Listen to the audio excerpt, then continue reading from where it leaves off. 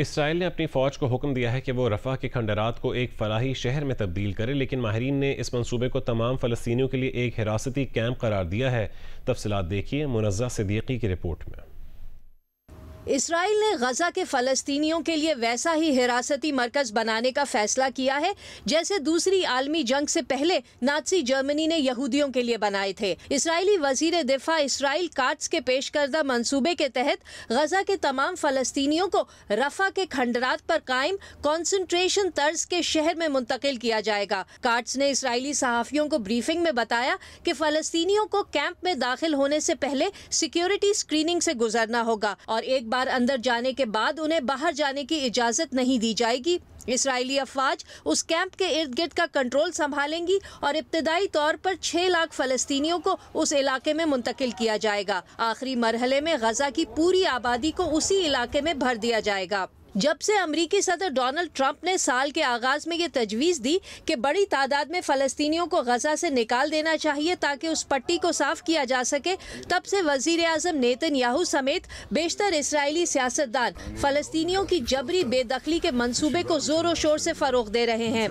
Israel के मारूफ इंसानी हुकूक वकील माइकल स्फार्ड के मुताबिक किसी को उसके मुल्क से ज़बरदस्ती निकालना जंगी जुर्म है और अगर ये वसी पैमाने पर किया जाए जैसा कि इस मंसूबे में है तो ये इंसानियत के खिलाफ जुर्म बन जाता है। यरूशलेम में हॉलोकॉस्ट के मौरख प्रोफेसर गोल्डबर्ग का कहना है कि ये कोई शहर नहीं है, ये फ़लस्तीनियों की नस्ल कुशी का वाज़ेह प्लान है, क्योंकि शहर वो होता है जहाँ रोजगार के मौके हों, समाजी रवाबित और नक्लो हरकत की आज़ादी हो, जहाँ हस्पताल, स्कूल, जामियात और दफातर हों। लेकिन इसराइली मंसूबे में ऐसा कुछ नहीं है।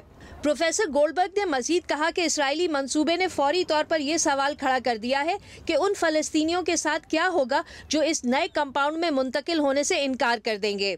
इसराइली वज़ीर दिफा ने यह मंसूबा नेतन्याहू की वाशिंगटन आमद से ज़रा पहले पेश किया।